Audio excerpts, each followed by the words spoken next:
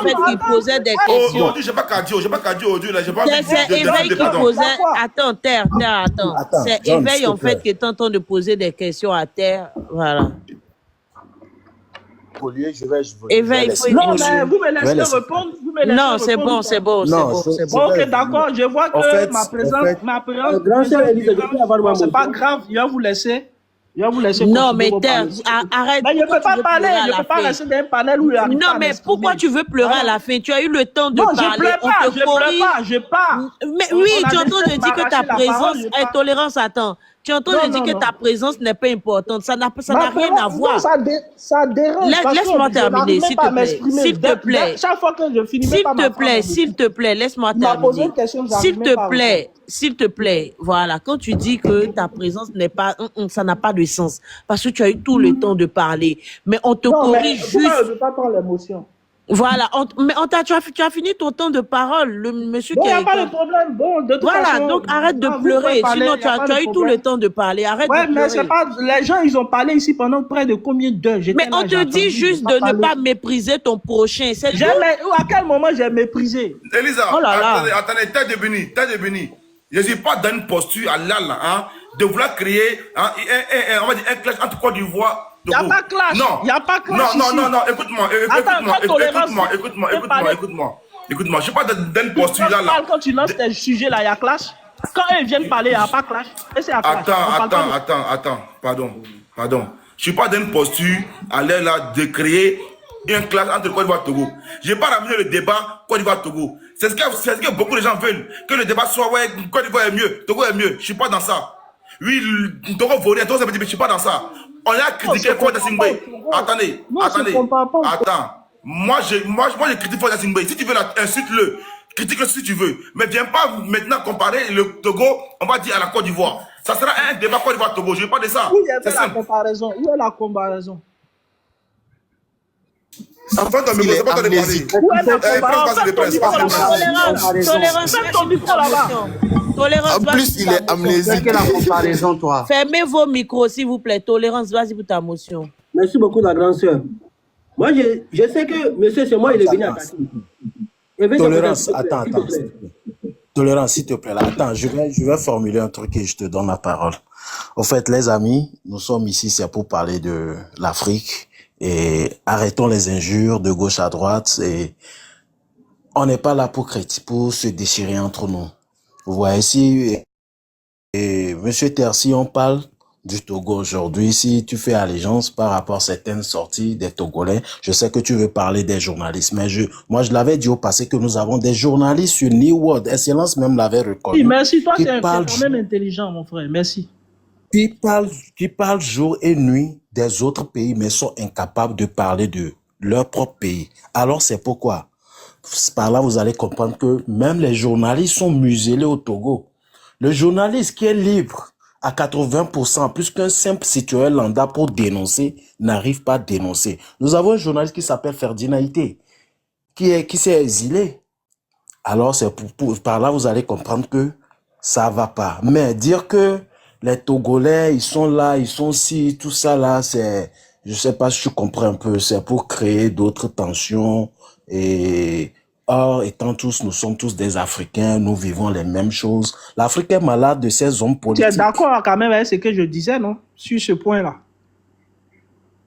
Tu disais quoi? Tu as biaisé les débats de gauche à droite. Ces journalistes-là, ils parlent tout le temps des problèmes qu'il y a ailleurs, au lieu de se concentrer sur ce qu'il y a dans le pays. Merci. Maintenant, si ces journalistes parlent de la Côte d'Ivoire, il y a des journalistes ivoiriens aussi qui parlent du Togo. Est-ce que si un journaliste parle, est-ce qu'on va généraliser toute une population pour le genre des journalistes s'il te plaît, laisse le monsieur finir son temps de parole, s'il te plaît. C'est temps de parole, bien c'est motion. Il a dit motion. Finis ton temps de parole, le reste, ça t'intéresse pas. Ferme ton micro. Bon, ok. De toute façon, c'est pas grave. Nous, on n'est jamais les bienvenus. Donc, c'était mieux de descendre que de venir raconter ce que tu as envie de raconter. N'importe quoi. Éveille, vas-y. Merci beaucoup. Donc, le problème du Togo est très, très profond. Bon, John, je t'expliquais un truc là. Je vais retourner là-dessus. Le monsieur qu'on a nommé président, j'avais expliqué loin à l'âge que il était L'une des femmes du président, sa maman, elle est maîtresse du monsieur qu'on vient de nommer. Maintenant, il y a une dame qui était ministre, qui a fait sortir certains dossiers tout récemment contre la gouverne de Fort. Cette dame est la femme de Fort ou bien maîtresse, je peux dire, puisqu'ils ont fait des enfants ensemble. Mais la femme en question était la femme du frère de Fort, Ernest Nyasingbe. Et donc, c'est au décès de Ernest Nyasingbe, après tout, on ne sait pas quoi, bon. Et la dame fait des enfants, après tout, à Fort. Maintenant, je cite, la dame fait des sorties la fois passée et dit, le Togo peut évoluer sans Faure Gnassingbé. Le Togo, sous Faure Gnassingbé, à 20 ans, il n'y a eu rien du tout. École n'a pas d'évolution, rien du tout. Alors, c'est pour dire que le problème du Togo est très profond tellement que pour avoir de l'alternance ou bien pour dégager ce régime, il faut quelqu'un du système, il faut quelqu'un qui fait partie de ce gouvernement et qui démissionne et qui vient appuyer l'opposition. Et l'autre problème que nous avons aussi est que dans la sous-région, la plupart des opposants travaillent avec le système en place et avant, ils ne se retirent, ils créent leur propre parti, ils deviennent opposants et ils abattent le système en place. Mais chez nous ici, une fois qu'un opposant s'approche du régime pour travailler avec le régime ou essayer de voir ce qui ne va pas, et ça a été mis depuis l'enfance que c'est un vendu, il ne devait pas être à côté du régime, il ne devait pas travailler avec le régime en place. Donc c'est ça qui crée le problème du Togo, à peu près, si je peux dire. Vous voyez, non, j'ai donné des tas d'exemples. En 2005, à 500 000 Djala, ces 500 000 morts, j'ai dit, dans la sous-région, aucun peuple n'a connu ce nombre de morts, mais il y a eu changement chez eux. Par exemple, je prends l'exemple de Côte d'Ivoire en 2010-2011. 3 000 morts, mais il y a eu changement que les Ivoiriens voulaient en ce moment. Mais ici, 5 000, mais il n'y a pas eu changement. Au Burkina, avant, pour le changement, pour que Blaise ne quitte le pouvoir, le nombre de Dja n'atteint même pas 1000, je pense pas, mais il y a eu changement. Donc, comprenez que le problème du Togo est profond. Le peuple fait de son mieux, le reste, je veux pas prononcer certains mots ici, mais c'est grave. Bon, merci. Beaucoup, les amis en bas, on tapote, on partage, on prend le cœur du jour. Voilà, le cœur orange, c'est juste une pièce. Et moi, mais il n'a pas pris le cœur du jour. Hein. Après, on prend le cœur du jour et on vise l'objectif. Voilà. Tolérance, tu avais demandé une motion. Vas-y pour ta motion et puis le prince va prendre la parole. Monsieur, éveil de conscience, je suis très content de toi sur toute ta question que tu as posée. Parce que les gens n'arrivent pas à distinguer la géopolitique, la géostratégique et la politique dans son pays seulement. C'est ça, parce que le monsieur, il a ras-le-bol avec moi. Parce que je parle beaucoup sur la politique ivoirienne. Tolérance, excuse-moi, du moment où il est descendu, faut faire vu ignorer, n'en parle même plus. Ok. Voilà, ouais, continue. C'est que les gens doivent comprendre aujourd'hui que moi, je suis très content de voir Camerounais, Congolais, Sénégalais venus parler dans notre affaire. Parce que ça aussi, ça nous aide à conscientiser nos peuples, à conscientiser la jeunesse togolaise. Mais les journalistes dont on parle, moi, j'ai tapé sur certaines résolutions de l'AIS qui ont soutenu Faure Gnassingbé, soit disant que Faure Gnassingbé est devenu panafricain. J'ai dit, why? Parce qu'il a négocié certains problèmes qui se relaient entre la Côte d'Ivoire et le pays de l'AIS et le devenu panafricain. Même le journaliste Alain Foucault, qui avait travaillé pour la France, aujourd'hui il est au Togo. Et lors des changements de notre constitution, ce monsieur-là, il était là-bas. Même la désignation de notre nouveau président-là, il était là-bas. Alain Foucault, il était là-bas. Parce que ces journalistes, qui soi-disant qui sont des panafricains au Togo aujourd'hui, là, ils critiquent la politique, le régime de M. Sandra Dramane Ouattara en Côte d'Ivoire. Mais au même moment, ils s'assiedent là-bas, jamais vont critiquer la malgouvernance de M. Faure Gnassingbé. Jamais vont critiquer. Pareil quelque chose. Certains Camerounais qui croient que Paul Biya est devenu panafricain parce qu'il y a chaîne de panafricains qui sont là-bas, qui ne parlent jamais de malgouvernance de Paul Biya. Ça, c'est 2 poids, 2 mesures. Ça, c'est 2 poids, 2 mesures. Mais les gens ne peuvent pas comparer le système du Togo aujourd'hui de celui de l'AIS. Si nous, le peuple togolais aujourd'hui, on a eu un régime comme celui de l'AIS là, nous, à chaque fois qu'on sort, on va prier pour lui. On va prier pour lui. Parce que ce que les présidents de l'AIS font là, c'est ça que nous, on veut au Togo. Parce qu'ils sont l'exemple, ils sont à l'image de la libération du peuple. C'est ce genre de personnes qu'on veut au Togo. Mais aujourd'hui, on nous a isolés. Toute la constitution qu'ils ont changée là, est-ce qu'ils ont fait chose? Ils ont demandé l'avis du peuple? Non. Non, ils n'ont pas demandé l'avis du peuple. Mais aujourd'hui, ce qui se passe au sein de l'AIS là, le peuple sahélien, ils sont d'accord avec ce que les autorités les imposent. Parce qu'il faut la 4 volontés de leur peuple. C'est le peuple qui dirige les choses. Le pays de l'AIS aujourd'hui, ce n'est pas les dirigeants là qui dirigent ces pays-là. Parce que tout se passe par la volonté du peuple. Mais au Togo, c'est le contraire. C'est le contraire. Est-ce que le régime présidentiel qui est passé aujourd'hui au régime parlementaire, est-ce qu'ils ont demandé l'avis du peuple togolais? Non. Non. Parce qu'aujourd'hui, tous nos droits ont été bafoués. On nous a arraché tous nos droits au Togo. Il n'y a pas la liberté d'expression au Togo aujourd'hui. Tous les journalistes que vous voyez au Togo aujourd'hui qui parlent, ils sont que des vendus. Ils travaillent pour le régime en place. Ils ne travaillent pas pour l'intérêt du peuple. C'est quoi ça, vous les voyez, ils sont en train de vilipender M. Sandra Notara, ils vilipendent M. Talon, ils vilipendent tous les autres présidents. Mais jamais ils vont parler de la même gouvernance de M. Faure Gnassingbé. Moi, je ne suis pas incongru. Je suis cohérent dans mes dits. Je suis cohérent dans mes dits. Et jamais je vais laisser quelqu'un, je vais soutenir Faure Gnassingbé. Je vois quelqu'un qui tape sur Faure Gnassingbé, je vais venir défendre Faure Gnassingbé. Pourquoi? Ce que Faure Gnassingbé fait là, est-ce que c'est dans l'intérêt du peuple togolais? Non. Pourquoi je vais le défendre? Moi, je serais content de vous voir dénoncer la malgouvernance de M. Faure Gnassingbé aujourd'hui pour l'intérêt du peuple togolais et pour lever de conseil du peuple togolais. Je suis content dans ça. Pourquoi je vais me limiter pour ça? Non. Et aujourd'hui, moi, je me sens africain d'abord. Je suis né noir. Parce que l'Afrique existait avant sur la naissance du Togo. L'Afrique existait. C'est pour cela, moi, je ne me sens pas comme Togolais, mais je me sens partout. Parce que lors de la crise post-électorale en Côte d'Ivoire 2011 et 2010-2011, quand les gens ils avaient fui là, ils sont toujours au Togo. Il y a les Ivoiriens qui sont au Togo. Mais il y a les gens qui ont des petits calculs parce que les colons sont venus diviser nos frontières. Les gens sont ces petits calculs-là. Ils ont chose, la complexe de supériorité là. Ils disent que mon pays est développé, que ton pays. En Afrique de l'Ouest, nous sommes dans les pays de merde. Aucun pays n'est développé en Afrique de l'Ouest. Si nos pays sont développés comme on le pense, on ne va pas prendre la mer. On ne va pas prendre la mer pour mourir. On allait rester chez nous. Est-ce que vous voyez les Français prendre la mer pour aller rejoindre la Côte d'Ivoire ou bien aller rejoindre le Mali ou bien le Burkina? Non. Non. Ils ont leur visa.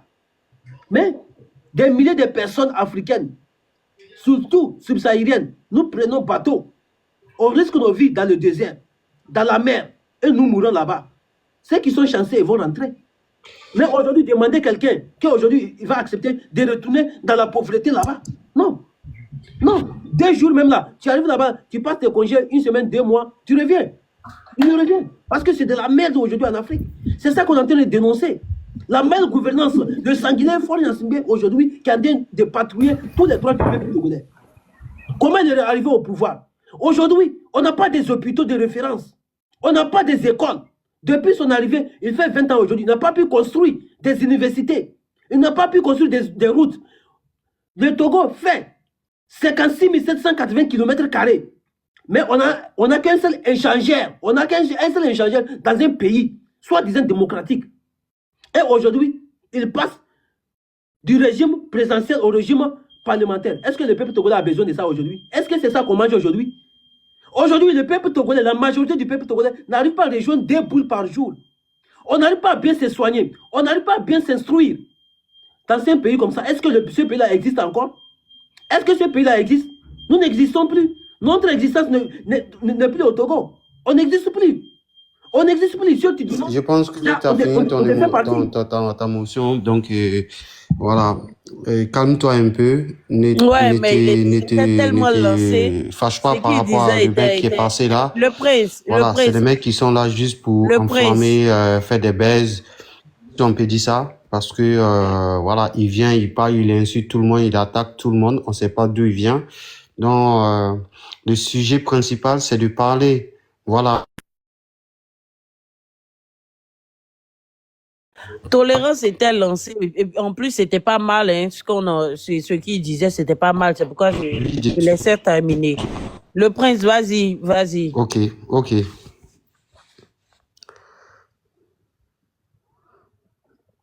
Oui, moi, je vous écoutais. Vas-y, tu voulais prendre la parole, non? C'est pourquoi tu as interrompu le... Voilà, voilà. Bah, parce que, Allez-y. bon, comme vous m'avez dit de laisser terminer, donc... Non, voilà. non, non, non, Ok. non. Donc, non, je disais, allez-y. le but aujourd'hui, là, qu'on est aujourd'hui à ce panel, c'est de vraiment se parler de ce projet qu'elle a, c'est-à-dire sujet qu'elle a pour éveiller la jeunesse togolaise. Ça sert à rien de t'enflammer par rapport à des individus qui viennent, qui incitent tout le monde. Donc, l'objectif principal, c'est vraiment d'éveiller la jeunesse surtout africaine, pour éviter que ces présidents-là puissent se raciner. Parce que quand ils vont finir de se raciner, on peut plus. Donc, c'est ça l'objectif principal. Ne perd pas le sujet. Lui qui est passé la terre, je sais pas quoi là. Donc, laissons tomber et revenons au sujet principal. Moi, je dis simplement aux Togolais, c'est vrai qu'il y a Fort, il tue, il fait tout. C'est des mercenaires qu'il a. C'est des gens qui ne sont pas Togolais. Sinon, un vrai Togolais ne va pas aller tuer son frère Togolais. Il faut être clair dessus. Donc, ces personnes-là, il faut aller jusqu'au bout avant de reculer, au fait. Donc, il y a ces sujets-là, mais il faut travailler, il faut surtout travailler la jeunesse togolaise. Il faut surtout travailler la jeunesse togolaise. Parce que j'ai entendu, il y a d'autres qui parlaient des religions, de ceux qui sont les pasteurs, les imams qui parlaient pas de ça. Non, ne rentrez pas dans ce jeu. Ne disent pas que non, il faut que les religions puissent parler de ça. Quand on rentre dans ce jeu, ça finit comme ce qui s'est passé au Centrafrique. Donc, ne rentrez pas dans le jeu de religion, mais éveillez la jeunesse plutôt pour dire l'avenir vous appartient. Et l'avenir, c'est pas demain. L'avenir, c'est aujourd'hui. C'est tout ce que on parle aujourd'hui, parce qu'il n'y a pas de politicien aujourd'hui au Togo qui peut descendre fort. On est tous d'accord sur ce sujet. Il n'y a pas de politicien, il n'y a pas non plus l'armée, un militaire qui va se lever pour dire il va faire quoi que ce soit au Togo. Il n'y en a pas. Donc, le problème, la solution vient au peuple togolais. La solution, le dernier mot, qu'on veut ou pas, si on veut attendre, on va attendre 5 ans, 10 ans, 20 ans, ça sera encore le même peuple togolais qui vont se lever pour se libérer. Aucune armée vont venir intervenir pour libérer le Togo. Aucun comment on appelle politicien togolais qui va se lever pour réveiller la jeunesse togolaise. Parce que lorsqu'ils se lèvent, ils vont les faire taire. Blaise, il a joué dessus et il y a beaucoup des présidents africains qui ont joué dessus. Quand on va au niveau de Cameroun, c'est le même sort. Donc, c'est uniquement, et il faut le comprendre, et il faut jouer dessus. C'est le peuple togolais qui peut se libérer de là. Sinon, il n'y a pas de libération. Même si c'est 100 ans, vous allez vivre 100 ans dans celui-là, sur ce tome-là. Voilà, c'est tout Prince, ce que moi... Prince, s'il te plaît, Prince, tu es togolais? Non, moi, je suis pas togolais, moi, je suis ivoirien. Ah, d'accord, parce que j'ai écouté Éveil, lui, il est togolais, non? Et moi, je suis togolais. Oui, parce que je vous écoute et puis il y a quelque chose qui ne va pas bien dans ma tête et je vais le dire. Comment Foy Yassimbe va vous écouter? Il n'y a même pas de force dans votre voix. Parlez fort. Le problème, c'est ça. Même le prince, même quand il parle, même, vous ne parlez pas fort. On n'entend même pas. Grand-sœur Elisa, je peux avoir une minute de moi, quand je parle, vous n'entendez pas? Le prince, non. Le prince? N'entends pas, prince. Parlez fort. Il n'y a même pas de, il y a pas de vivacité même dans votre voix. Non, on t'entend. Je pense que c'est une manière de parler. C'est pour dire que vous devez plus hausser le ton, quoi. Vous devez être ferme dans vos propos, quoi. Oui, vous parlez comme si... je parle de la voix même. Il parle pas fort. Mais pourtant, moi, je l'entends. Je vais parler un peu fort. Je suis désolé. Mais voilà, je reviens. Bon, sinon, j'ai déjà tout parlé. Hein. C'est pour dire à Tolérance de ne pas perdre les fils. Pour dire les gens qui viennent, les criquets qui viennent pour parler, là, de laisser tomber ces personnes-là. Nous, aujourd'hui, là, moi, je suis ivoirien. Mais moi, je parle du Togo. C'est pas parce que je vais comparer Togo ou Côte d'Ivoire à qui que ce soit. On parle de l'Afrique, on parle de la jeunesse africaine. On parle de cette jeunesse-là qui s'est fait tuer chez les Arabes là-bas, qui viennent en Europe ici, qui dorment dans les rues ici, qui sont obligés, avec des diplômes, qui deviennent des vigiles. C'est de ça on parle. Prince, je vais soulever un point que tu as parlé. En fait, moi, je viens du centre, deuxième ville du Togo. Tu as parlé de religion. Tolérance, tu as une minute, il y a Alpha et puis Excellence aussi qui doivent parler. Je vais aller bref, vite. Tu vois la constitution qu'on a changée là. Chez moi, dans la ville d'où je viens, la grande ville, si on dit ceux qui ont installé le pouvoir de père de Faure Gnassingbé, ça vient de chez moi. C'est les mêmes personnes qui sont sorties dans la semaine-ci pour acclamer la nouvelle constitution que Faure Gnassingbé vient de brigader. Jusqu'à même, ils appellent Faure Gnassingbé leur papa. Les guides religieux. Mais ils sont tous vendus. C'est des gens qui sont là pour tendre la main, pour prendre l'argent. S'il te plaît, j'arrive. Vivre comme ça. S'il te plaît, tu vas me comprendre. C'est les mêmes personnes qui manipulent la jeunesse. Parce que moi, où je suis comme ça, lors des élections législatives, les mêmes personnes, ils sont passés par les guides religieux pour aller corrompre la jeunesse. Parce qu'il y a certains guides religieux chez nous, s'ils parlent, la jeunesse les écoute. Les milliers de personnes de jeunesse sont derrière eux. Moi, je suis sorti, j'ai tapé dans le dos de ces guides religieux-là. Tu as su des menaces qu'on m'a menacées. Les gens, ils ont cherché même mon adresse, même là où je suis, pour venir me menacer. Avec ce genre de personnes, toi, tu crois que nous, on va croire à ce guide religieux? Sur l'étendue du territoire, on n'a qu'un guide religieux, un seul, qui parle au nom de la jeunesse, qui tape depuis le père de Faure Gnassingbé. À chaque fois, on l'emmène en prison. Et il sort. Même c'est les mêmes guides religieux-là qui ont fait des choses, réunions, pour les sanctionner de ne plus guider la prière. À chaque fois, c'est lui seul qui sort. Et ils font la réunion pour les tamponner. Avec ce genre de personnes, vous croyez qu'on va s'en sortir? Même Alassane Dramane Ouattara, il a appelé M. Faure Gnassingbé qui est son doyen. Et pourtant, Faure Gnassingbé peut être le fils de M. Alassane Dramane Ouattara. Mais M. Alassane Dramane Ouattara a tiré chapeau à M. Faure Gnassingbé que petit chose comme le jeune doyen. S'il a appelé M. Faure Gnassingbé que le jeune doyen, ce n'est pas pour rien. Il y a quelque chose. Parce que lui, il est plus méchant, plus sanguinaire que M. Alassane Dramane Ouattara. Il est plus méchant que M. Alassane Dramane Ouattara. Parce qu'il utilise les guides religieux, les chefs traditionnels. C'est eux qui manipulent la jeunesse. Tu vois, c'est là le problème. Et nous, on va dénoncer ça. Parce que nous, nos vies là, ça ne vaut pas mieux que ceux qui sont morts pour le peuple togolais. Avant nous, nos vies là, ça ne vaut mieux pas que leur vie. Et nous, on va continuer à dénoncer. Si c'est dans ça qu'ils vont nous menacer de mort là, nous tous, on va mourir. Qui est éternel? Personne n'est éternel. Nous tous là, on va mourir. Personne n'est censé d'être éternel sur cette terre. Mais si mon jour arrive là, Dieu décide que c'est aujourd'hui que je vais mourir.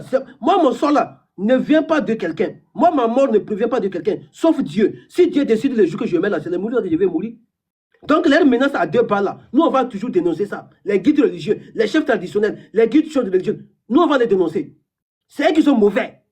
Parce que Faure Gnassingbé en 2017, le soulèvement populaire qu'on a fait là, s'il n'y avait pas la manipulation des guides religieux là, il faut aller dégager au pouvoir, mon frère. C'est rien. Regarde live même. Non. C'est moi ton soin comme ça. Les Togolais là sont où? Ou bien tous ils sont au pays là-bas, ils ont peur de parler. Ya.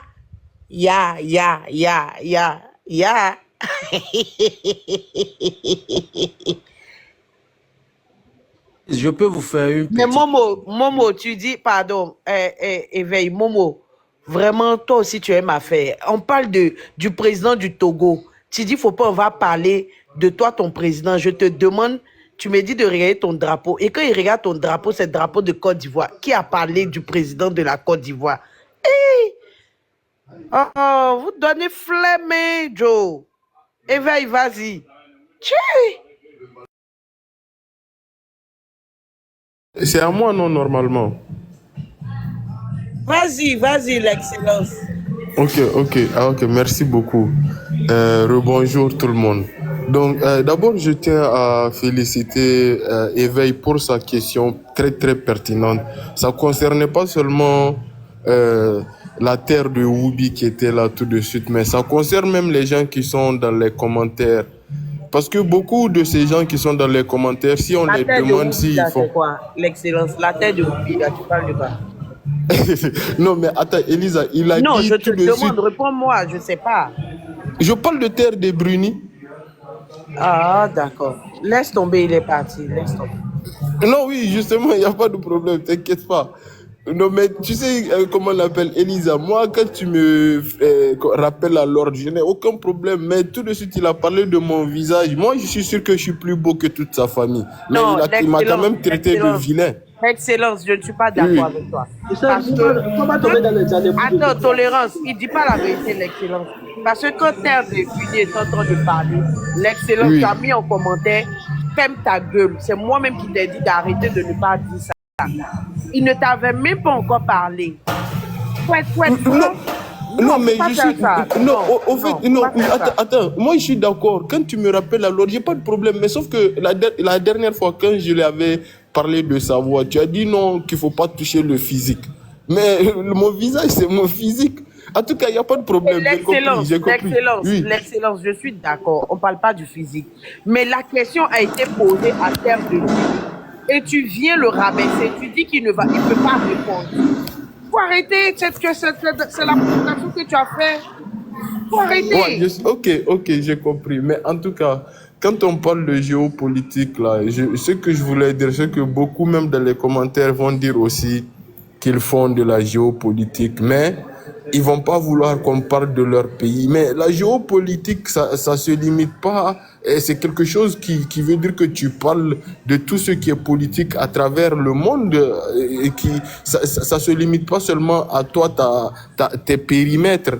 Tu vas partout. Donc, pourquoi est-ce que vous voudrez pas que les gens parlent de vos pays? Personne ne vous empêche aussi de parler du Togo. Et d'ailleurs, vous le faites. On voit vos panels. Mais c'est seulement quand vous venez ici chez John que vous voulez toujours faire la morale à John. Parce que John est ivoirien. C'est-à-dire que il faut pas qu'il laisse quelqu'un parler à la Côte d'Ivoire. Mais quand on parle des sujets des autres, vous voulez monter et puis dénigrer les autres. Non, quand même, vous n'avez pas de morale à faire à John. Si vous ne faites pas la géopolitique, si vous faites votre géopolitique consiste seulement à parler de votre pays ou bien que vous voulez pas. Mais restez entre vous là-bas. Ne venez pas ici faire la morale à quelqu'un.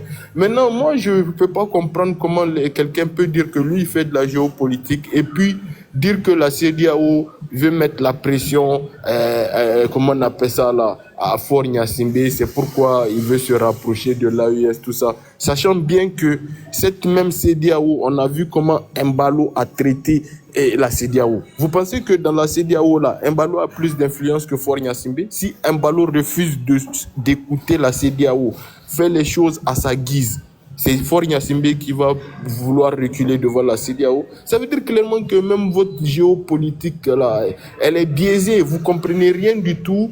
Tout ce qui vous intéresse dans votre géopolitique, c'est insulter les gens, dire que oui, ce pays comme ça.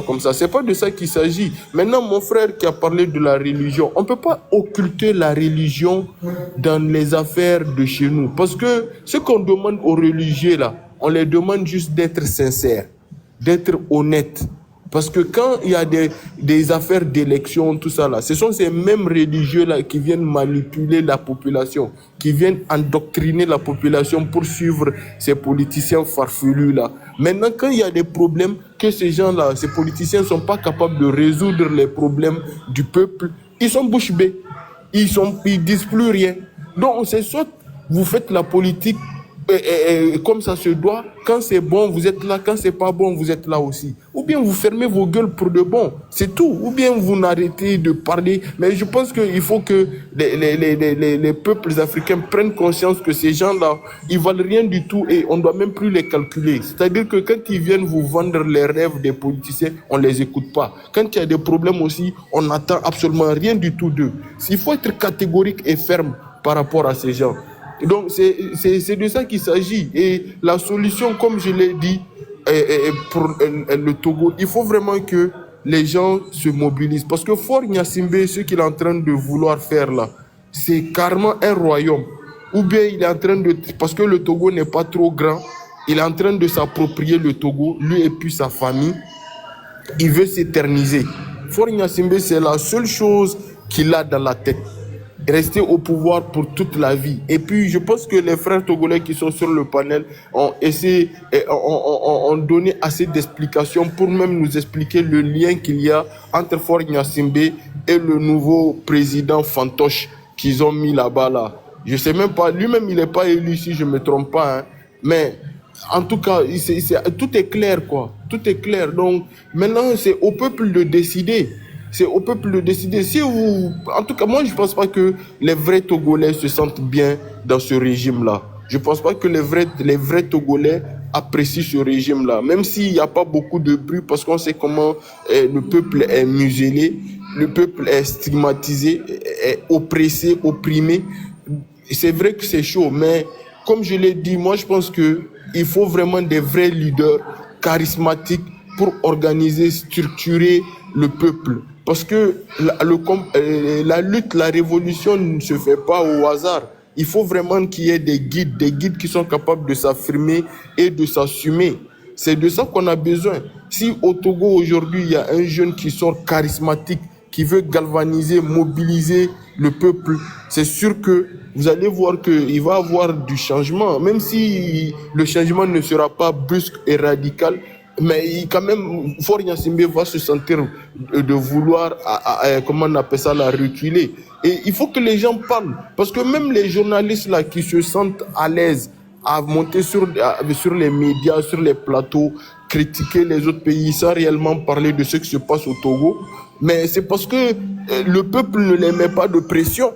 Le peuple est pratiquement en train de regarder et ces gens-là, ils se sentent très bien à l'aise, ils sont épanouis dans leur délire.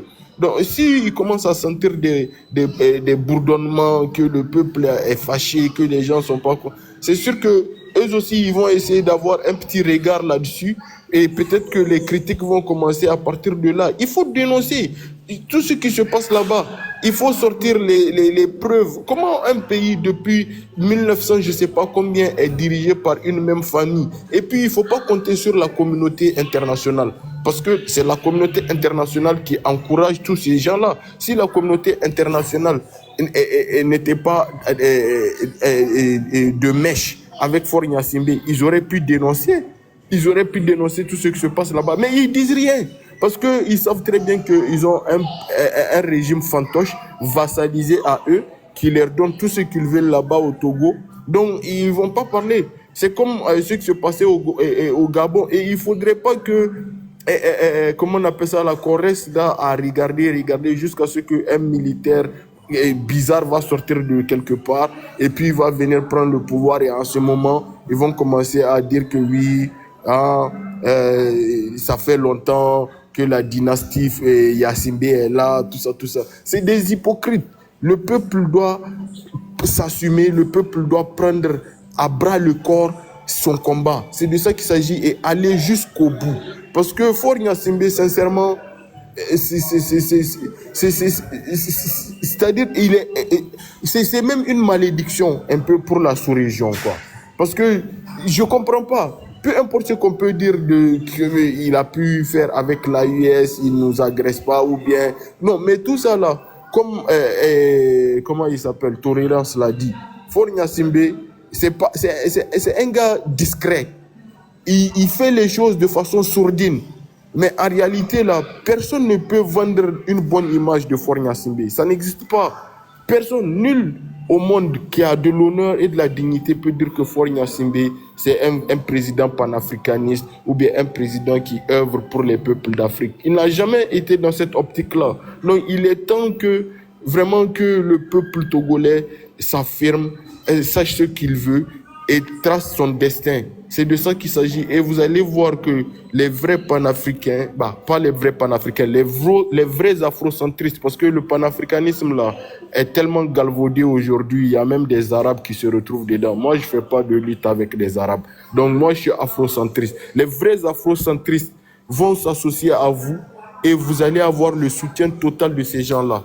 Donc vraiment, je pense que c'est le moment ou jamais pour que le peuple togolais se réveille. Voilà, je m'arrête là. Merci. Merci beaucoup, l'Excellence. Alpha, les amis en bas, s'il vous plaît, tapotez le live. Oui, Éveil, vas-y, tu veux dire quelque chose? Oui, je voulais dire quelque chose là. Les gars, si Nous parlons de pays vice-versa. Arrêtons de porter des injures. Dire telle personne n'a pas le droit de parler de tel pays, va parler plutôt de ton pays, traite plutôt de ton pays, tout ça là. Moi, j'appelle ces personnes-là des intellectuels tarés bandits enturbanés qui veulent empêcher l'évolution de l'Afrique.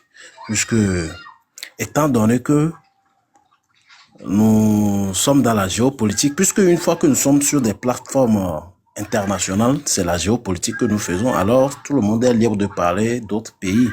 Vous voyez un peu. Je répondais à un gars et univers mon combat, tout ça là. Je sais que vous êtes les Zozo, les miliciens de Fort Gnassingbé, mais du moins hors pays, soyez un peu respectueux. Bon, bref. Et celui qui était en bas parlait des religions, tout là. J'avais une motion à faire pour lui. Au fait, si on parle des religions, dans tous les pays, les religions dénoncent. Ou bien s'il y a crise, la religion intervient et dit au gouvernement, si vous faites comme ça, c'est pas mieux. Si vous faites comme ça, c'est pas mieux. C'est pas pour semer les chaos, créer une truc là entre ethnique ou religion. C'est ça. Bon, maintenant, quelqu'un demandait d'appeler le nom des journalistes qui ont parlé du Togo et tout ça là. Si un journaliste ivoirien parle du Togo, c'est son droit, il est journaliste. Le journaliste est toujours sans frontières, il va parler des autres pays. De même que je suis d'accord qu'il y a des journalistes aussi chez nous qui attaquent le gouvernement ivoirien. C'est leur droit, c'est leur devoir, puisque un journaliste est sans frontières. Mais le mal est que chez nous, nos journalistes sont incapables de parler de notre pays au moment venu. Mais en Côte d'Ivoire, je vois les journalistes parler de leur pays, sauf les journalistes du système. Alors, si on demande quel journaliste a attaqué le Togo, a parlé du Togo, par exemple, il y a Daouda, il y a un autre journaliste qui avait traité le Togo de truc là. Je veux pas prononcer le mot pour ne pas réallumer les feux, mais c'est leur droit, puisqu'ils sont des journalistes. Ils sont des journalistes, les gars. Donc, si on disait aussi que au Togo, comment on appelle-t-on? Bon, j'oublie, mais les amis, mes frères ivoiriens, j'aimerais vous rappeler, en retournant en arrière, vous allez voir le visage du Togo. En Côte d'Ivoire, quand il y avait eu la rébellion, Guillaume Soro et ses convois sont reçus où? Il venait à Lomé ou pas? Reçu par le père de Fort Gnassingbé, à l'hôtel de février de Lomé. L'histoire est là. Cultivez l'histoire, vous allez voir le Togo, de quoi le Togo est. Vous voyez? Et après ça, je ne dis pas qu'ils sont logés ici. Je ne dis pas qu'ils sont logés ici, mais ils viennent faire des réunions par le président Feu Gnassingbé et Adema avec cette délégation. Avec cette délégation, vous voyez? Après, truc là, après le feu au Fouet-Boigné, tu dis?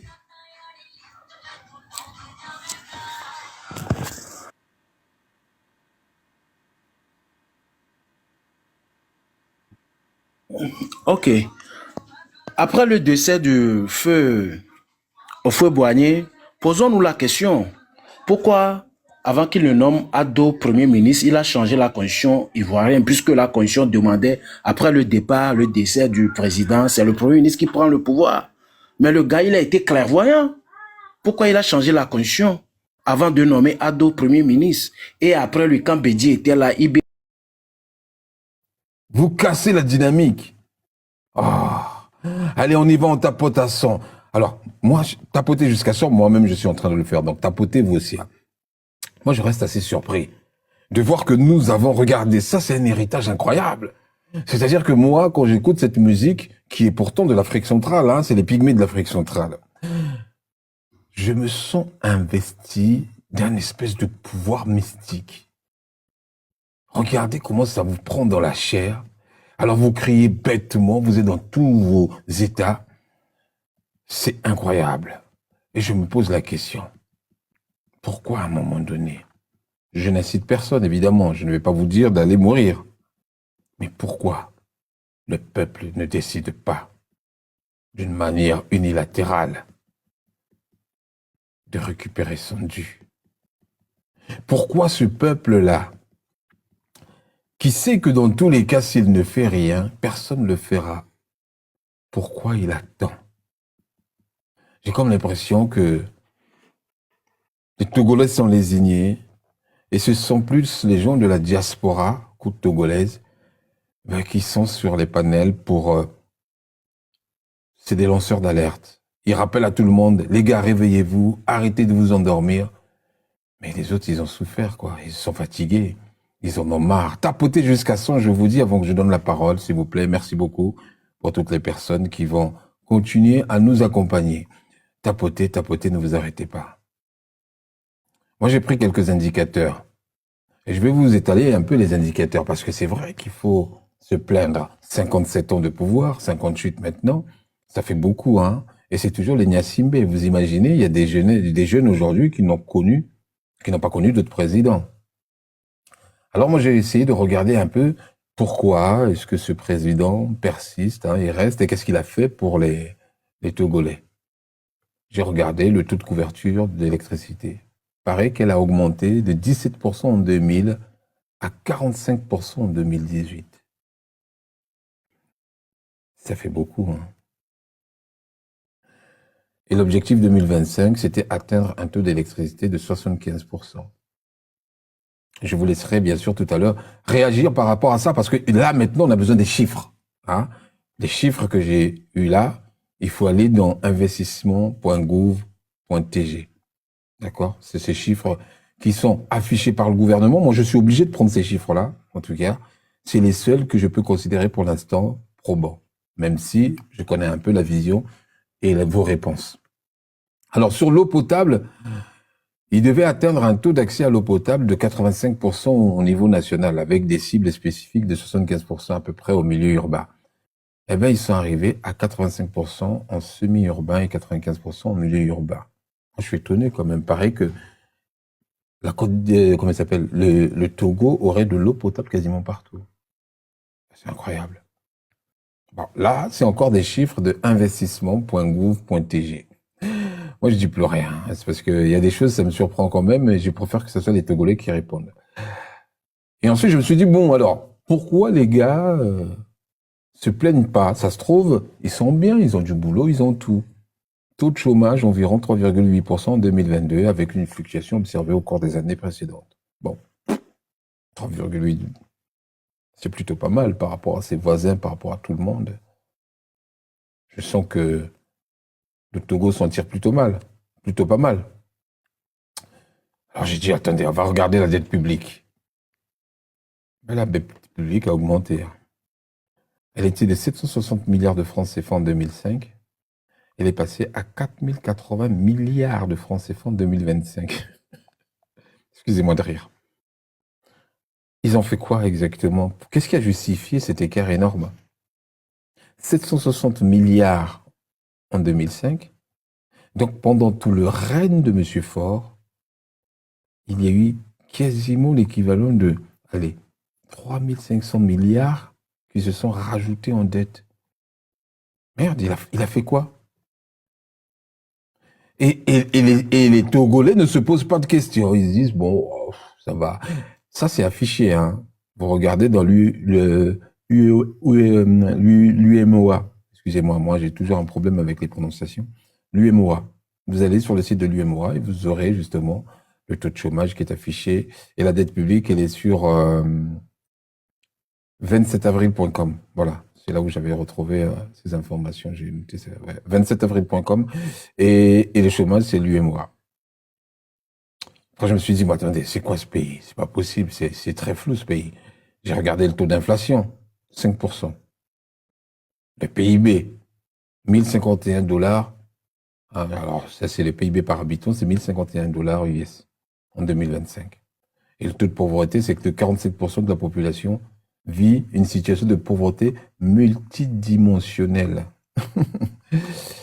Je pense que vous avez tous compris. Alors, je vais vous faire une synthèse des indicateurs parce que sinon vous allez c'est pas possible. Moi, quand j'ai vu ça, j'ai dit, les Togolais ne peuvent pas seulement être sur Internet. Rassurez-moi qu'il y a quand même des groupes qui se soulèvent, qui parlent, qu'il y a une forme d'opposition où il y a ce qu'on appelle pas forcément de l'opposition, mais il y a une espèce de comment ça s'appelle, d'échange quand même qui existe. On peut pas laisser ces indicateurs planer partout et tout le monde faire semblant que non, ces indicateurs n'existent pas. Taux d'électricité en 2005, c'était de 17%. Taux de couverture électrique. En 2025, on a des objectifs de 75%, soit plus de 58 points de pourcentage. Ça veut dire que c'est énorme. Il y a quand même du boulot. Le taux d'accès à l'eau potable, c'était pas communiqué en 2005, mais on est à 85% aujourd'hui d'eau potable. C'est ce que j'avais signalé. Le taux de chômage en 2005, on n'a pas pu retrouver, mais en 2025, on est à 3,8. Mais ils considèrent que c'est une réduction. C'est là où je comprends pas comment ils font de la réduction sur des données que eux-mêmes ils ne savent pas. Peut-être qu'ils le font sur une donnée de l'année d'après. Bon, l'année d'avant. Mais si c'est l'année d'avant, ça voudrait dire que c'était encore lui. Mais on va continuer d'avancer. Moi, je faisais le comparatif entre son père et lui, puisque vous n'avez connu que, de toute façon, les Niassimé. L'inflation, elle n'a pas été communiquée en 2005, mais elle est à 5%. Ils disent que c'est stable. Le PIB par habitant non communiqué en 2005, elle est à 1051. Le taux de pauvreté est à 47%. Elle n'a jamais été communiquée en 2005. Bon. Si on regarde ça, on peut dire qu'il y a quand même des efforts qui sont réalisés. Nous sommes à combien? 100 applaudissements pour vous. Voilà. Et on revient tout de suite avec deux personnes qui se sont rajoutées, Monsieur Chef Benkou qui est avec nous, et Monsieur Koukouvia qui est avec nous. On va laisser peut-être Monsieur Chef Benkou réagir par rapport à ça. Monsieur Koukouvi, moi je vous propose de réagir par rapport à tous les indicateurs que j'ai donnés depuis tout à l'heure, parce que moi je m'inquiète un peu. Qu'est-ce qu'on fait? Vous savez, tous ces chiffres n'existent. Non, oui, je dois descendre un peu et revenir, mais je vous dis que tous ces chiffres n'existent pas. Ce sont seulement des chiffres fabriqués juste pour faire plaisir aux bailleurs de fonds et continuer toujours par endetter le pays. Et sur le terrain, il n'y a rien. Il n'y a rien. Je vous dis, même au village natal de Fort Gnassingbé, à Kara, l'eau n'existe pas. Ça dit, ce sont des choses factuelles que je vous dis. Demandez aux Togolais qui sont sur ce panel s'il y a de l'eau partout à Kara. Non. Dans les zones rurales, on n'en parle même pas. Les habitants se partagent les points d'eau avec des bœufs, avec des animaux. Ça n'existe pas. Et je voudrais ajouter une chose aussi. C'est seulement chez nous au Togo où, après avoir massacré les populations civiles, on envoie quelqu'un qui a fait le droit, l'ex-ministre des droits de l'homme, Christian Trimois, qui vient s'adresser aux Togolais que si vous voulez l'alternance, allez chercher des armes. Est-ce que vous imaginez un peu la gravité de ces propos-là? Si vous voulez l'alternance, allez chercher des armes. C'est seulement au Togo où le criminel demande à ses victimes que s'ils veulent justice, d'aller chercher des armes. Et puis nous allons continuer par chercher quoi? Aller chercher dans les urnes? Non. S'ils nous disent d'aller chercher des armes, ça veut dire que le Togo est un pays en état de guerre. Et que eux, ils utilisent les armes pour briser le rêve du peuple togolais. En toute impunité. Vous imaginez la gravité de cette phrase-là? Si vous voulez l'alternance au Togo, allez chercher des armes. Pendant que eux, ils tuent les populations. Voilà. Donc, voilà ce que j'ai à dire pour le moment. Je vais descendre et je reviendrai encore continuer le débat avec vous. Merci beaucoup. Merci beaucoup, Monsieur Koukovi. Je suis vraiment attristé d'entendre ça. Vraiment, je suis très attristé d'entendre que le gouvernement... c'était un membre du gouvernement qui répondait, c'est ça? C'est une personne qui faisait partie de la mouvance actuelle? Oui. Il est toujours au gouvernement. Et à l'époque, il était le ministre des droits de l'homme. Qui a fait ses études supérieures en France. Et il l'a dit à l'heure de grande écoute devant tout le monde, c'est ça? Sur une chaîne télévision, je pense que c'est sur France 24. C'est pas possible. Africa 24. Africa 24, voilà. Vous m'excusez. Vous imaginez la gravité de ce propos On n'en parle même pas, c'est incroyable. Il demande au peuple, à la population togolaise d'aller chercher les armes s'ils veulent l'alternance. Absolument. Ils pensent c'est un royaume. Donc, on a raison, c'est un royaume. Moi, je dis plus rien. Je vais arrêter de prendre parti parce qu'ils vont dire, monsieur Bosso, votre impartialité, on la voit plus. Bon, en même temps, devant ce qu'on voit. Merci beaucoup, monsieur Koukovi. On va continuer. Qui veut réagir Hein, allez-y, c'est un peu libre, donc tout le monde peut réagir. Oui, ce que Kokovi vient de dire, c'est une réalité très triste parce que un ministre de son rang, d'abord ministre des Droits de l'Homme, aujourd'hui le ministre secrétaire général du gouvernement, c'est un franco-togolais, quelqu'un qui a étudié en France, qui a sa famille en France, qui a la culture occidentale, qui vient tenir ce genre de propos sur une chaîne de télé internationale, Africa 24, où il annonce que si vous voulez prendre le pouvoir, allez-y chercher des armes. Mais c'est gravissime. Normalement, après cette émission, le président de la République devrait le démettre de ses fonctions de ministre des Droits de l'Homme. Mais non, il a été plutôt gradé, il a été renforcé dans ses fonctions. Il a été d'ailleurs porte-parole du gouvernement et ensuite secrétaire général du gouvernement. Enfin, il est plutôt monté en grade. Et au Togo, c'est ça. Les fidèles des fidèles de fort qui commettent des crimes atroces sont couronnés, sont félicités, sont encouragés, sont promus. J'en veux pour preuve Kouloum, le major Kouloum, le fameux major Kouloum. Si vous vérifiez le rapport sur le rétablissement des faits survenus en 2005, le rapport de l'ONU, il y a le nom du major Kouloum qui a été cité, qui a été le charnier d'Atapamé, de la ville d'Atapamé. Mais à la fin de ça, il a été élevé au grade de l'ordre du Mono, c'est-à-dire l'un des plus hautes distinctions au Togo. Vous voyez? Donc c'est ça, c'est en même temps quelqu'un qui fonctionne avec les membres de sa famille, ses proches.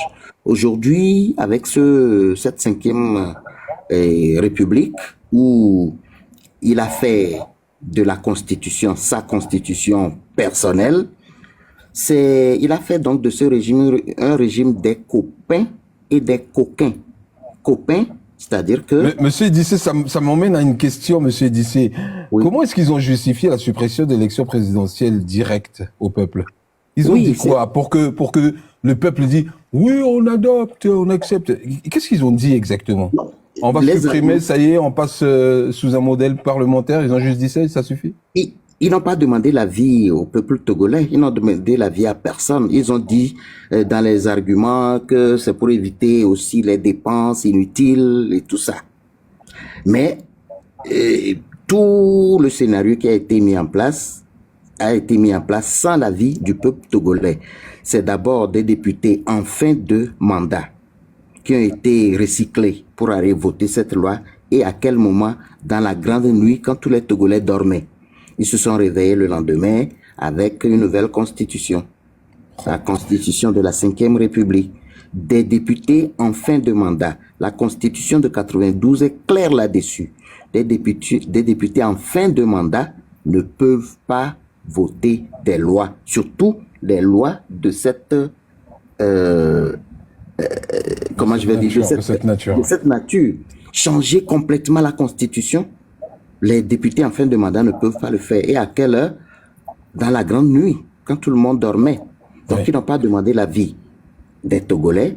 Ils ont changé tout simplement parce que le prince de Lomé II, c'est-à-dire Faure Gnassingbé, en a demandé, en a voulu ainsi. Et il a fait également en 2005, c'est-à-dire qu'il est champion des jeux rocambolesques, des jeux politiques rocambolesques. En 2005, la nuit où son père a été déclaré officiellement mort, il était ministre, je crois. Il a été député d'abord, et il a quitté son poste de député pour devenir ministre. Et à la mort de son père, il a repris son manteau de député. Et ils ont changé le règlement intérieur de l'Assemblée nationale pour qu'on fasse une autre élection, afin qu'il devienne le président du Parlement, le président de l'Assemblée nationale. Parce que le règlement dit que si le président de la République est en incapacité de diriger le pays, soit par décès ou par autre chose, alors le président de l'Assemblée nationale prend provisoirement les rênes du pouvoir pour 2 mois. Et oui, mais c'était pas le cas. C'était pas le cas, puisque c'est l'armée qui a décidé de mettre l'autre. Oui, voilà. Je vais expliquer ça. C'est-à-dire que c'est ça le règlement. Le président de l'Assemblée nationale était en voyage en France. Quand il a appris la mort donc, du chef de l'État, précipitamment, il a pris l'avion et il arrive au Togo. Au Bénin, il a été bloqué au Bénin. Mais s'il a été bloqué au Bénin, il y a son vice-président. Ou bien il y a son premier vice-président, il y a son deuxième vice-président qui devrait le remplacer. Mais non, le vice-président n'est pas pris, le premier vice-président n'est pas pris, le deuxième n'est pas pris. C'est plutôt un ministre qu'on transforme en député et qui, maintenant, on élit président de l'Assemblée nationale, qui devient maintenant président de la République. Ah, il a été élu président de l'Assemblée nationale. De l'Assemblée et maintenant président de la République. La même nuit, donc, il y a eu coup d'État constitutionnel, coup d'État, comment on va appeler ça, parlementaire, et maintenant, pour corroborer le tout, l'armée prend le pouvoir et lui confie, donc, coup d'État militaire. Oui, à la même nuit. Et c'est exactement pareil ce qui s'est passé avec cette nouvelle constitution. Coup d'État parlementaire également, et puis, comment je vais appeler, coup d'État institutionnel. Voilà. Ouais. On va laisser les autres avancer aussi, monsieur Edissé, hein, comme ça. Merci. On laisse un peu le temps de parole à tout le monde. Oui. Moi, tout à l'heure, j'ai entendu parler par vous et par toutes les personnes qui sont ici sur le panel que les Togolais vivaient sous la peur, ils étaient sous l'indifférence généralisée parce qu'ils ne veulent plus vivre justement cette répression. La seule chose qu'ils veulent, les Togolais, c'est fuir le pays pour éviter justement la répression. Est-ce qu'à votre avis, c'est une méthode productive pour ce Togo qui a déjà 57 ans comment il s'appelle, de règne Gnassingbé, puisque c'est un royaume, hein, finalement, qui est géré par une famille avec un groupe ethnique, hein, ça avait été expliqué au début, ou est-ce que c'est peut-être une stratégie de repli pour peut-être mieux rebondir? 58 ans de règne, on me parle.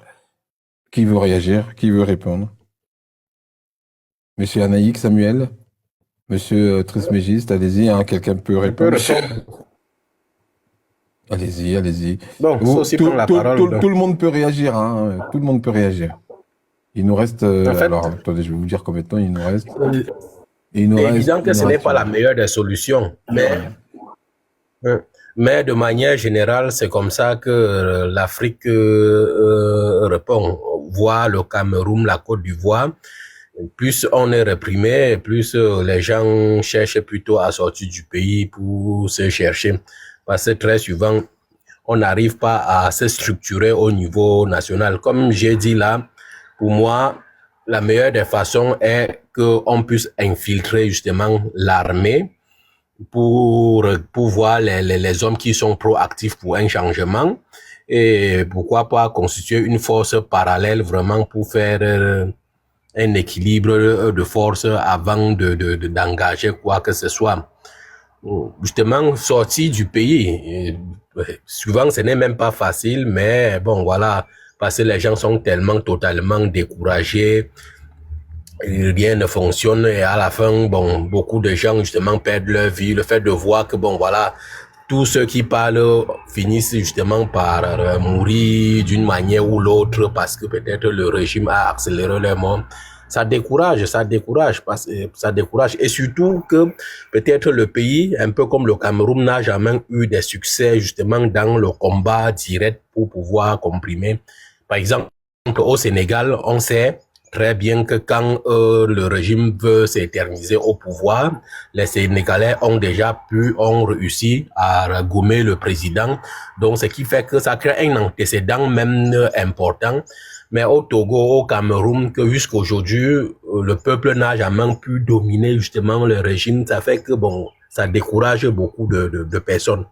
Donc, personnellement, la solution est se structurer de manière différente, organiser des manifestations de manière différente, comme je disais là, avec un rapport de force en bas pour vraiment menacer, si c'est nécessaire, justement, le régime. Parce que le vrai problème pour moi, le véritable problème n'est pas justement Faure Gnassingbé en tant que tel comme personne. Il est léger. C'est les hommes qui le soutiennent, c'est les militaires qui conservent le pouvoir. Donc pour moi, l'idéal serait que voilà, que ça soit des partis politiques de l'opposition, ils étudient d'abord comment même affaiblir tous ces militaires-là.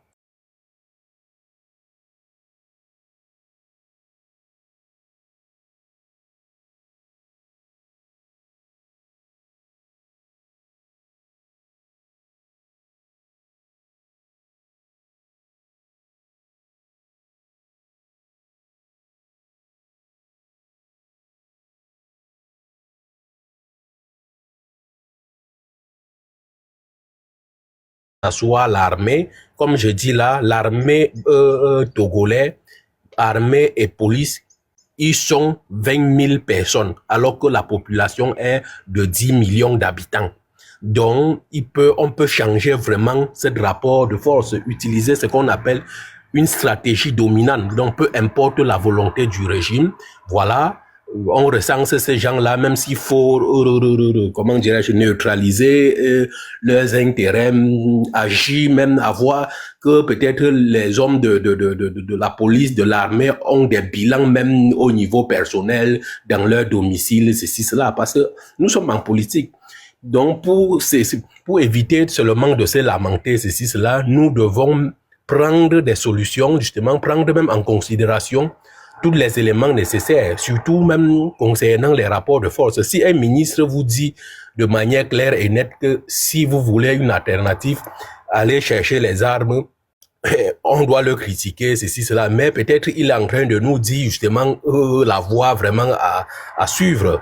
Parce qu'il sait que, bon voilà, dans les élections, ils ne pouvons jamais vous laisser gagner par un parti de l'opposition. Donc souvent, prenons ces messages-là comme des vrais conseils et puis organisons-nous.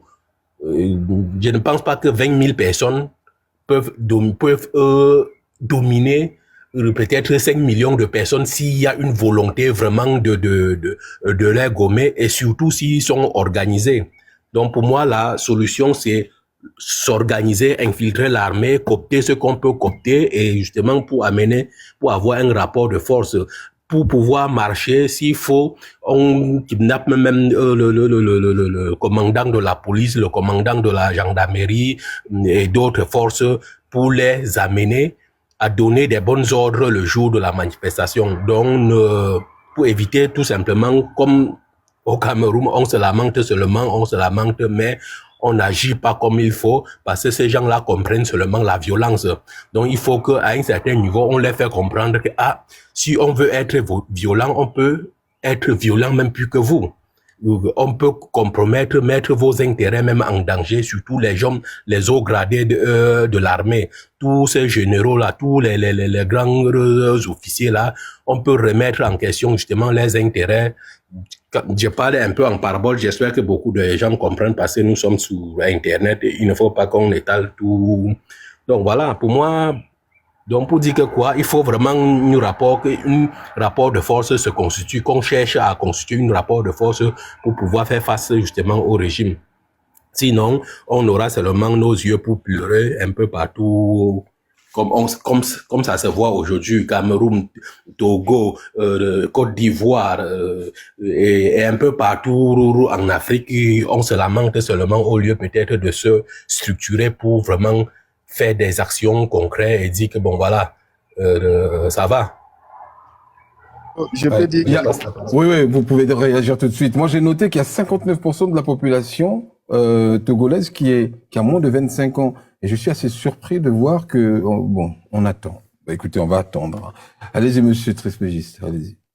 Oboso, vous avez donné des chiffres, mais vous savez que selon Afrobaromètre, le taux de pauvreté au Togo est de 42,4%. Ça, ce sont les chiffres d'Afrobaromètre. Oui. Alors, voyez, on croit qui? On doit croire qui? Oui, parce que Afrobaromètre est sur le terrain et fait les enquêtes avec la population. Oui. Et comme c'est une institution qui fait des enquêtes aussi avec la population, voilà. Maintenant, il faut savoir que la dette publique du Togo est passée de 767 milliards en 2010 à 3800 milliards en 2023. Et selon le rapport de la Cour des comptes, vous voyez, le Togo a l'un des ports en eau profonde. J'ai pas les mêmes chiffres, moi. J'ai pas les mêmes chiffres. Vous avez sorti des chiffres tout à l'heure, moi j'ai pas sorti cela. Hein. Afrobaromètre AD, Afrobaromètre, voilà, Afrobaromètre, et le document c'est AD 799, c'est l'enquête sur le taux de pauvreté au Togo. D'accord. Voilà. D'accord, ouais. Donc, là je maintenant, suis dessus, ouais, je vois. Ouais. Ok, c'est pas le même, c'est pas là où j'avais été récupérer les miens, mais ok. C'est pas les mêmes. C'est pas les mêmes. C'est pas les mêmes données. C'est incroyable. Allez-y, continuez, excusez-moi. Je voulais juste m'assurer que il y avait des données. D'accord. Maintenant, vous voyez le port autonome de Lomé. C'est l'un des ports en Afrique de l'Ouest, port en eau profonde. Et selon le dernier rapport de la Cour des comptes, ce port-là ne contribue qu'à moins de 4 milliards comme dividende dans le budget de l'État.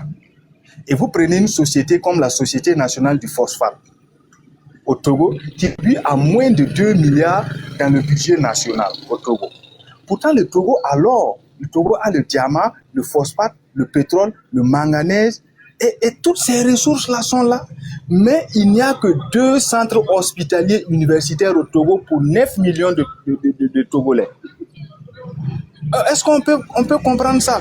Qu'un pays s'endette de 2010 à 2023 à hauteur de 3800 milliards et qui n'arrive pas à construire des infrastructures de qualité sur le plan de la santé, sur le plan de l'éducation et même l'industrialisation au Togo. Si vous prenez le dernier rapport de Birudi qu'ils ont fait, ils ont dit que le Togo, ça fait partie de l'un des pays les plus attractifs en matière d'investissement. Mais quand on part et qu'on regarde quelles sont les entreprises qui sont au Togo, en matière d'investissement, mais quand on part et qu'on regarde quelles sont les entreprises et qu'on regarde quelle est la contribution de ces entreprises dans le budget au Togo, mais on voit que souvent, il y a des entreprises qui sont là, qui ne contribuent rien à l'économie togolaise. Et pire encore, M. Obosso, si effectivement le taux de pauvreté au Togo n'était pas aussi avancé que ça, et que le problème c'était la liberté d'expression, pourquoi plus de 75% des Togolais veulent quitter le pays? Pourquoi? Si les gens arrivaient à vivre, à entreprendre, à aller à l'école, à se soigner, pourquoi les gens veulent fuir le Togo? Si vraiment il n'y avait pas vraiment un taux de pauvreté très élevé. Je vous dis qu'il y a 3 mois, on a exclu des garçons, une 50aine, parce qu'ils ont enceinté des filles à l'école au Togo. Est-ce qu'on peut faire ça dans un pays? Mettre des enfants hors du circuit scolaire parce qu'on suppose que ces garçons-là ont enceinté des filles à l'école. Et ces enfants, ils vont devenir quoi? Ces élèves deviendront quoi? C'est tellement grave, M. Obosso. Voilà, c'était juste ce que j'avais à vous dire. Merci et bonne suite à vous. Merci beaucoup. Alors, il nous reste plus beaucoup de temps. Je vais être très transparent avec vous. Normalement, on devait terminer à 21h. Il est 21h. Allez, on se donne 20-25 minutes. On arrête là et après, on avance, évidemment. Prochaine fois, il faut venir à l'heure. Hein. Ça y est, c'est fini. Il est temps des 7h, 8h de live. Hein. Qu'est-ce qu'on fait? Je vous donne 20 minutes. Je vous laisse le temps de faire ce qu'on appelle une belle conclusion, d'expliquer clairement ce qu'on a pu comprendre. Comme ça, vous me laisserez 5 minutes. Vous aurez 15 minutes pour tout le monde. Allez-y, faites-vous plaisir. Petite musique en fond. Faites pas attention, mais débattez. Merci. Je peux faire une petite conclusion? Vous avez 15 minutes pour tout le monde. Hein. C'est 15 minutes pour tout le monde. Ok. D'accord. Alors moi, je vais d'abord vous dire merci pour ce temps de partage, cette fenêtre que vous avez ouverte sur le Togo. Et vous êtes étonné du fait que les Togolais au Togo sont résignés. Ils se disent, bon, voilà, ils ont juste besoin de manger, dormir, et ils ne s'intéressent pas à la chose politique. Ce n'est pas en fait vrai, c'est vrai en partie, mais la vraie réalité c'est que le régime que nous avons est un régime qui sème la terreur, a utilisé la terreur comme forme de gouvernance. La terreur, les menaces, les violences. Donc le peuple est sans armes. le régime en place fonctionne avec l'armée. Si l'armée tombe, le régime tombe. Donc l'armée togolaise est au centre même, est au cœur même du pouvoir de Faure Gnassingbé et de son papa. Et il sème la terreur dans le pays. Et c'est cette terreur-là qui donne l'impression comme si les Togolais ne se mobilisent pas. À chaque fois qu'un leader fait un appel aux Togolais, les Togolais sortent toujours. Et la dernière en date, c'est l'avant-dernière en date, c'est Tipi Achadam, 2017. Après, c'est la dernière dans c'est Monseigneur Kodjo. Avant Tipi Achadam et Monseigneur Kodjo, il y a eu le leader de l'ANC, Jean-Pierre Fabre, qui a mobilisé des Togolais durant 4 ans de manifestations. Avant lui, il y a eu donc un collectif de l'opposition togolaise regroupé dans le CAP 15. Après, il y a eu le FRAP. Après, donc à chaque fois, les Togolais sortent. Quand il y a un leadership qui se met devant, les Togolais se mobilisent toujours. Mais le problème, c'est que la terreur.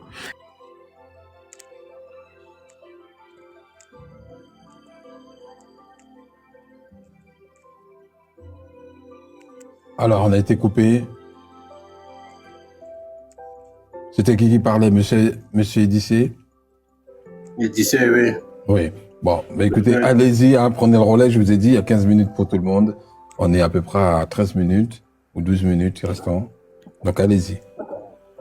Donc, disons que la thématique, tu as mis le royaume de Gnassingbé.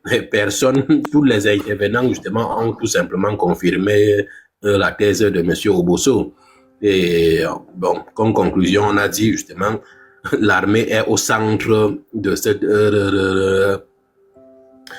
maintien au pouvoir. Donc, pour pouvoir se mobiliser, il faut vraiment voir comment infiltrer le rang de l'armée pour mieux utiliser justement certaines forces pour équilibrer la force population contre le régime. Donc, c'est l'unique, pas l'unique solution. Disons que ça soit des partis politiques, que ça soit des mouvements, l'idéal serait l'infiltration de l'armée togolaise pour pouvoir faire bouger les lignes. Sans trop se tirailler, on peut dire, on confirme tout la thèse de manière à 100%. Parce que même ceux qui étaient, il n'y a eu personne n'a intervenu pour défendre justement Faure Gnassingbé, tout cela, parce que voilà, c'est une évidence qui est devant nous. Ces régimes massacrent comme beaucoup d'autres régimes en Afrique.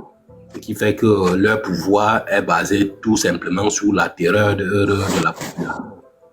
Donc, l'unique alternative qui nous reste, c'est de plier les manches et voilà,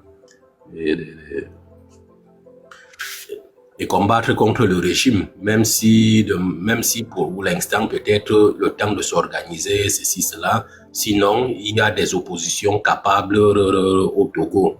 En 2017-2018, par exemple, avec le parti panafricain, vraiment, le monsieur mobilisait des foules. Il y a eu des manifestations avec plus de 50 000 personnes. Donc, si vraiment il peut avoir encore des oppositions avec cette force aujourd'hui, je me dis, ça serait l'idéal. Au lieu d'envoyer peut-être 50 000 personnes sur la rue, on envoie 25 000 personnes et les autres 25 000 prennent de manière individuelle. Peut-être chaque policier a 2 personnes pour le jour de la manifestation qu'il doit surveiller, le vectoriser, même le bloquer chez lui. Parce que vraiment, comprenons que c'est le jeu politique aussi, c'est question de force. Donc, ce n'est pas tout simplement les paroles et les paroles. C'est aussi un rapport de force que nous devons pouvoir constituer cette force-là pour pouvoir contrecarrer le régime. Sinon, on les laisse faire. Ils pensent qu'ils sont tellement puissants, ceci, cela. Donc, le moment est venu que nous, Africains, on se réveille, on se structure pour pouvoir contrecarrer des pouvoirs qui ne font pas l'intérêt de la population. L'exemple de Faure Gnassingbé est là devant nous aujourd'hui.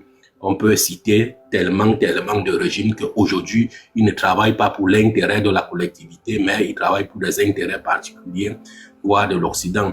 Faure Gnassingbé, par exemple, c'est l'un des régimes qu'on utilise pour pour des transitions d'armes en Afrique. Si vous regardez par exemple beaucoup d'opérations des armes, cela passe par le Togo.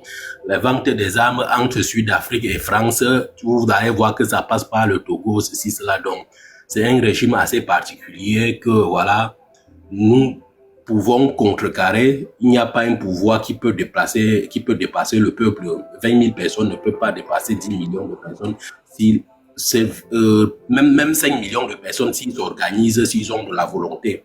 Donc, voilà, force à nous et j'espère que on pourra se rencontrer dans d'autres, canaux pour pouvoir même se restructurer et voir comment affronter de manière concrète ce pouvoir. Parce que nous ne devons pas nous limiter tout simplement à dénoncer. Pour moi, nous devons dire que maintenant, qu'est-ce qu'on peut faire, comment on peut faire, qui peut nous donner un coup de main pour financer telle chose et telle chose, ceci, cela. Donc, voilà, j'espère que les frères togolais peuvent prendre l'initiative pour que nous autres, de l'extérieur, on peut accompagner, soutenir, comme on a fait déjà avec le parti panafricain. On est prêt à refaire, à accompagner, cotiser pour le financement, si cela. Donc, voilà. Merci, je vous passe la parole. Merci beaucoup, monsieur Zossi. On va vous laisser redescendre chaque fois, hein, ceux qui ont fini de parler.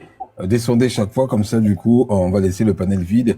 Et moi, ça va me laisser le temps de faire ma conclusion et partir. Allez-y. Merci beaucoup, monsieur Zossi. On se retrouve demain, hein. Demain, le matin, on a le cours informatique. Les 10 premiers cours sont gratuits. On est au 6e cours, attention.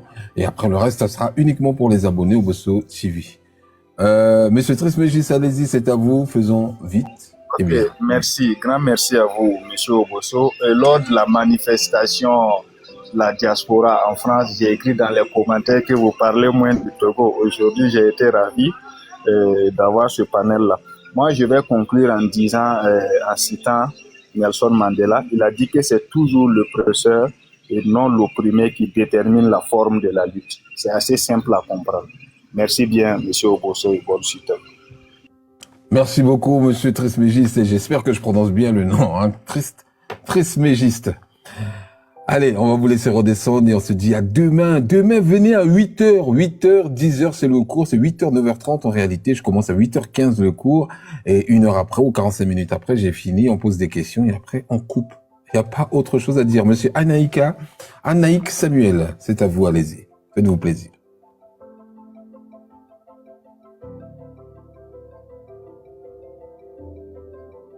Monsieur Samuel, c'est à vous, hein. Monsieur Samuel, vous êtes là une fois. Monsieur Samuel 2 fois. Monsieur Samuel 3 fois. On va vous faire redescendre, monsieur Samuel. On va aller très très vite. Monsieur Benko, comment allez-vous? Bon appétit en tout cas. Vous qui êtes le spécialiste du plat. Allez-y, on vous écoute.